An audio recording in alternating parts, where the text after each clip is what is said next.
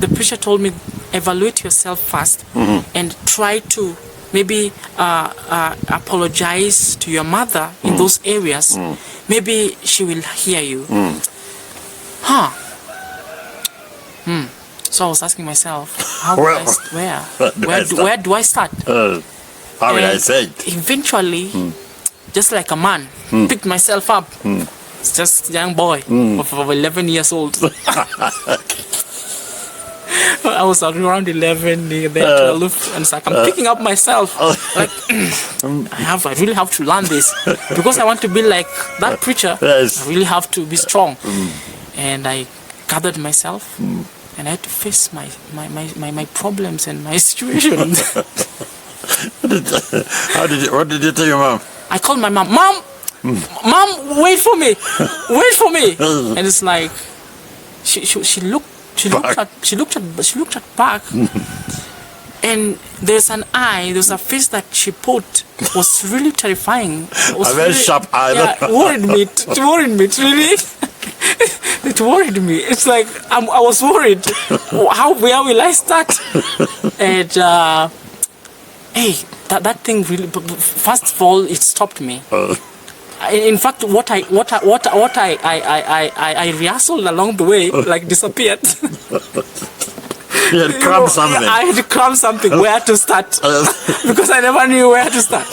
So I crammed my rehearsal, and it's like I'm reaching there, and there's a faces here that is worrying me until everything disappeared. It became blank. It's like everything evaporated in my mind. And I looked at my mom.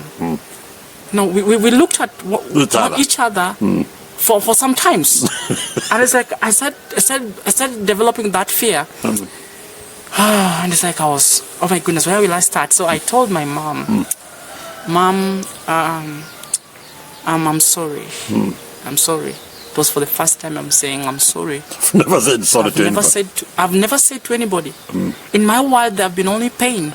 There have been only rejection, and nobody have ever apologized to me. Nobody. Even if someone comes and wrong you in some way or another, nobody. Now this is the first time I'm learning I'm sorry. Wow. And I'm telling you, it was a process that got in me. I really had to get used to.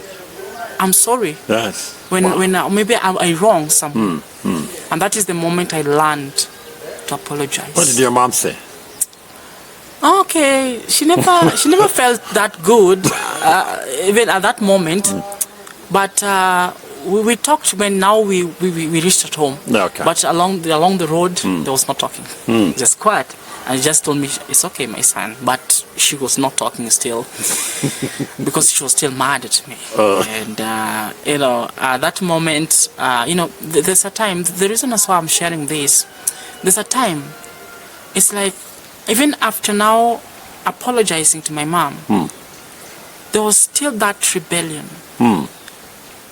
It was only God was able to remove that kind of behavior because it was too deep inside me.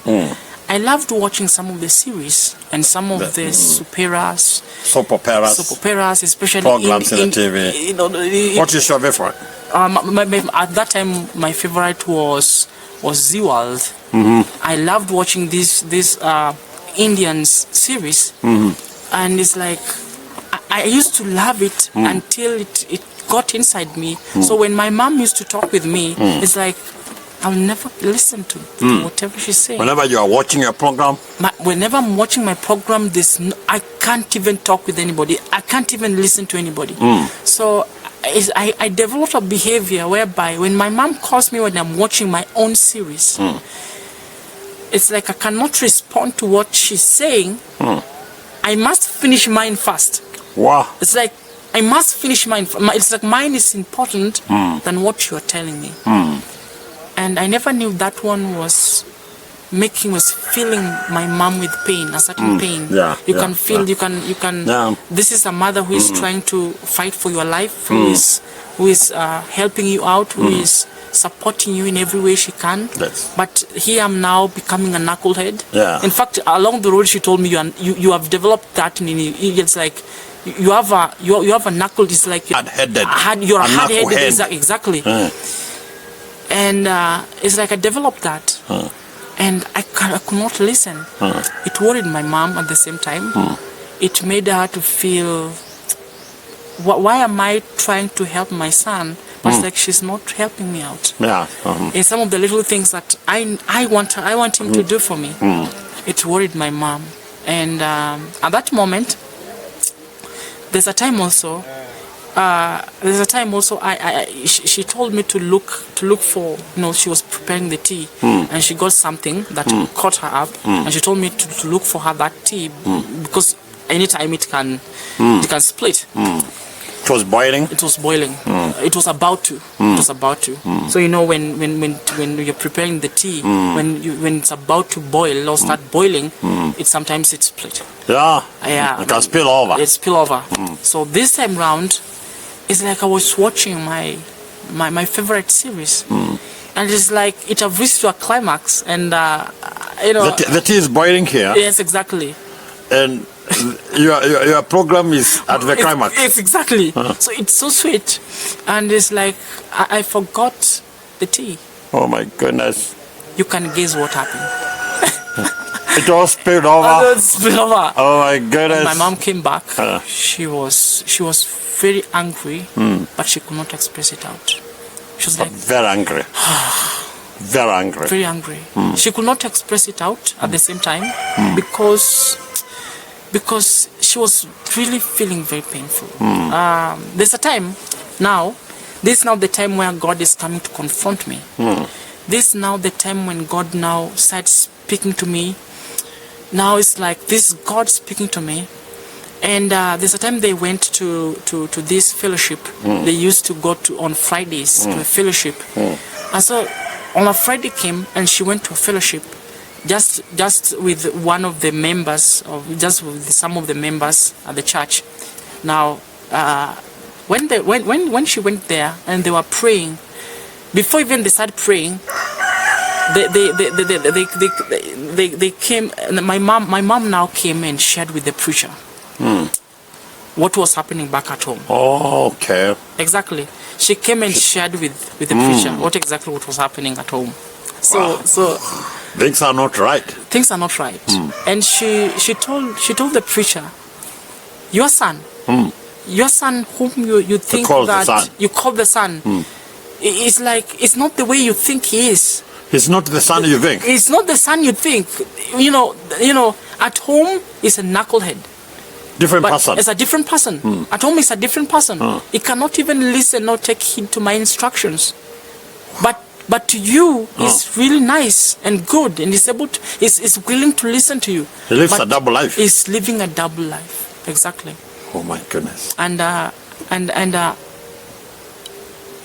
he's living a double life. When my mom shared that, they started praying. And when they started praying, it's like God communicated to the preacher. It's like God was open to the preacher in a certain way that he used to reveal some of the deepest secrets to him. So God talked to the preacher, and the preacher wrote the letter to me. And the moment written? Yeah, yes, exactly, had written. And he wrote the letter to me, and he gave my mom. My mom came back at home, found me in the house, and my mom never wanted to talk with me, not even seeing me. It's like she came and just gave me the paper. It's like, take this paper. It's like, it's for you. And she never said anything else. Wow. And she was really mad at me. And she took the paper. I took the paper, I took the paper. Taking the paper. When I looked at the paper, even before I start reading it, it's like, I was like, what is in this paper? It's like, I was like also worried a little bit that this paper might have something huge than I can maybe expect. So now I looked at the paper and I started reading the paper, and the paper was saying, my son. He started again. The preacher started with the same So you already knew it was from the preacher? Yeah, he told because my mom told me this from the preacher. Take it. And it's like, she gave me the paper and I took it and I started reading the paper. And it's like, my son. It's like, he talked with me some things that were so deep. And it's like it hit me. It was so huge. Do you remember what he said? Yeah, I can remember. He said, my son, God hates pride. And He's seeing pride in you. He can't walk with someone who have that within him. He can't walk. You have pride. You have pride. It's like God is saying, you have pride. It's like stop that being He of proud. opposes the It's pride. like he opposes it. And he opposed that time. It's like I could feel that the words of the Father, that preacher now, in my heart. It's like you have pride. It kept on ringing in my mind. There's pride it's like, in you. It's like it's stuck in my eyes, the pride. And there down it added, it's like it added, and it's like God is saying you will also study to the higher levels. It's like if you obey these words, it's like if you obey these words, if you drop down and it's like you serve Him in a way He wants. That moment, He'll allow you to study to the highest level you highest want. levels, exactly. He will allow me to study, and I never talked that day. Even my series, I never watched it that day. I never watched that. It's like it completely removed that desire to do that. In fact, I stayed just beside my mom. I stayed there like for 20 minutes, just sitting down. It's like those words are ringing in my mind. They are stuck in my eyes and I could not move. I was still meditating on those words. And I went back on my knees and I was praying. Wow. And I prayed, asking God to help me out. It was something that was not easy. It was something that only God could remove. Thank you so much for watching, the viewer. Thank you so much for taking your time and watching our story, my story, and how God turned in my life. May God bless you. And remember to support us by subscribing and go to the comments. Just watch, go to the comments, also write for us, and also go to our descriptions, read more details. Thank you.